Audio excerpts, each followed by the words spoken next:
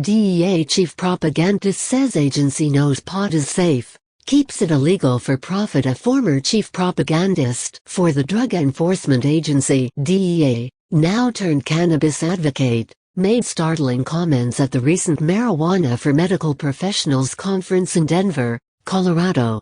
There, Belita Nelson described what many of us suspected: the DEA is corrupt to the bone and full of lies. Marijuana is safe. We know it is safe.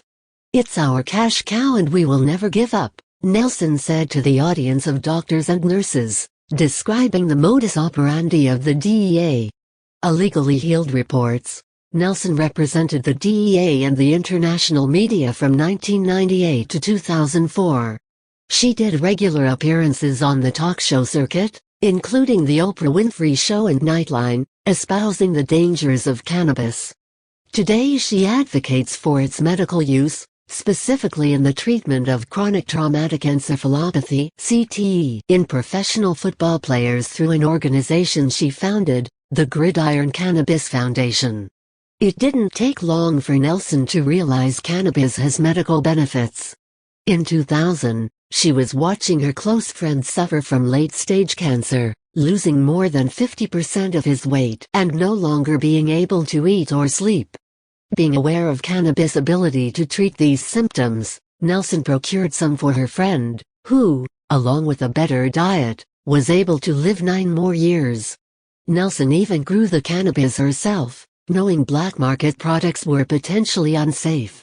In 2004, Nelson was investigating a heroin epidemic in Plano, Texas, and discovered that some addicts were kicking their opioid addictions by turning to cannabis.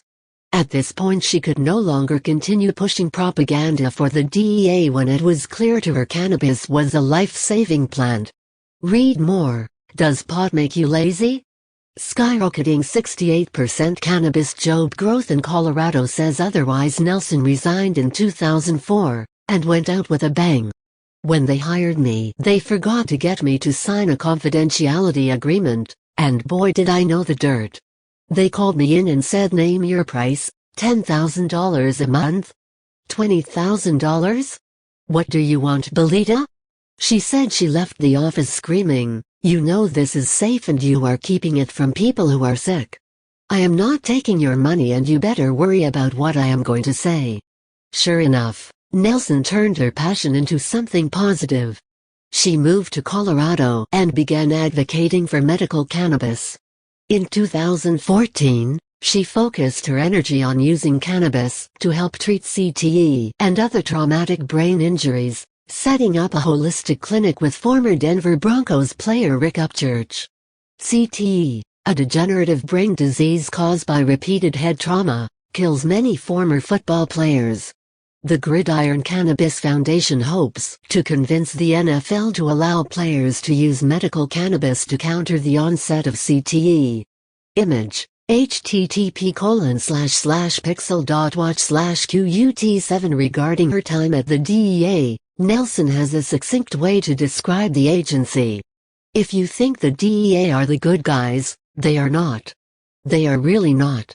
We are talking corruption on steroids. The DEA refused to reschedule cannabis from a Schedule I drug in 2016 when it had the opportunity, somehow concluding that more research is needed to show cannabis has medical benefits.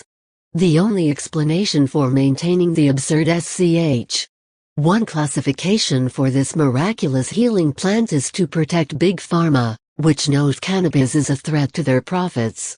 Read more. Instead of easily saving her life, officers mocked young woman as she died in front of them. As we reported recently, DEA continues to tell 25 lies on its website about the purported dangers of cannabis, even though they refuted these very lies in 2016. This willful deception is in violation of federal law called the Information Quality Act. The DEA is the biggest obstacle to freedom and health options. It is abundantly clear that corruption and lies, not the interest of the American people, is what drives this agency to continue its tyranny. Edit: January 29, 2017, Nelson was interviewed by the Hemp Connoisseur magazine in 2013. where she explained how she caught the attention of DEA in 1998. Nelson's son was fighting heroin addiction, and she had set up a non-profit organization to help addicts get treatment, while speaking out against drugs. The $10,000 DEA offer in 2004 was part of an effort to turn Nelson into a confidential informant against those she was helping with her non-profit. In 2004, the agency came to her with a proposal: give agents useful information gained from patients in her drug treatment program, and they would pay her $10,000 a month. It was an offer that she would refuse on ethical, as well as legal, grounds. Doing so would prove to be absolutely disastrous to her career. The war on drugs has corrupted law enforcement to the point where the DEA is indistinguishable from the cartels, says Belita in her interview with the Hemp Connoisseur magazine. This lack of ethics on the part of law enforcement drove Belita to the stance she currently holds in regards to currently illegal drugs. The only solution is legalization, full legalization, for all drugs. Read more at http://thefreethought project.com/DEA-chief-cannabis-is-safe/#FQXVG2SD8Z4J67H0.99